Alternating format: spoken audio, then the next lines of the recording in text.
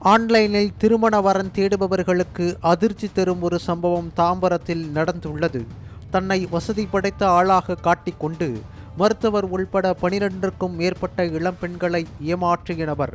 நடந்தது என்ன பார்க்கலாம்.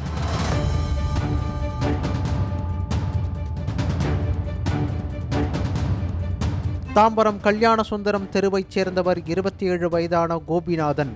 இவர் திருமண தகவல் மையங்களின் வலைத்தளங்களில் தன்னை ஜிவி என்ற பெயரில் பதிவு செய்து பல கம்பெனிகளின் உரிமையாளர் என்றும் சுமார் 1000 கோடி ரூபாய் சொத்து உள்ளதாகவும் கூறி வசதி படைத்த இளம் பெண்களை குறிவைத்துள்ளார்.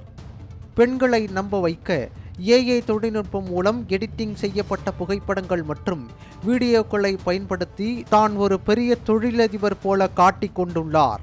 மேலும் ஆடி, ஃபெரி உள்ளிட்ட சொகுசு கார்களை நாள் ஒன்றுக்கு 20,000 கொடுத்து வாடகைக்கு எடுத்து வலம் வந்துள்ளார். இதனிடையே திருப்பத்தூரை சேர்ந்த ஐடி நிறுவனத்தில் பணிபுரியும் 27 வயதான இளம்பெண் ஒருவரை இவ்வாறாகவே அறிமுகம் செய்து திருமணம் செய்து கொள்வதாக கூறி அவருடன் நெருங்கி பழகி வந்துள்ளார். அந்த பெண்ணிடம் இருந்து வங்கிக் கணக்கு மூலமாகவும் ரொக்கமாகவும் மொத்தம் 10 லட்சம் ரூபாய் பணத்தை இவர் மோசடி செய்துள்ளார்.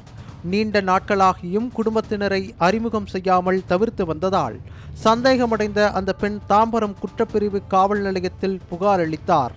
புகாரின் பேரில் கோபிநாதனை பிடித்து விசாரித்த போலீசார் அதிர்ச்சி அடைந்தனர். இவர் கரூர், தருமபுரி, ராணிப்பேட்டை, மேடவாக்கம் உள்ளிட்ட பல்வேறு ஊர்களைச் சேர்ந்த மருத்துவர் உள்பட 12க்கும் மேற்பட்ட வசதி படைத்த இளம் பெண்களை இதே பாணியில் ஏமாற்றி பணம் பறித்திருப்பதும் அவர்களுடன் தனிமையில் இருந்திருப்பதும் தெரிய வந்தது.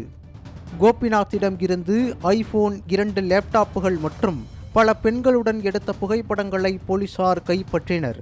விசாரணைக்கு பிறகு கோபிநாதன் நீதிமன்றத்தில் ஆஜர்படுத்தப்பட்டு புழல் சிறையில் அடைக்கப்பட்டார். திருமண ஆசை காட்டி பணத்திற்காக ஏமாற்றிய இந்த மோசடி நபரால் பெண்கள் ஆன்லைனில் வரன் தேடும் போது கூடுதல் கவனத்துடன் இருக்க வேண்டும் என்ற சூழல் உருவாகி உள்ளது.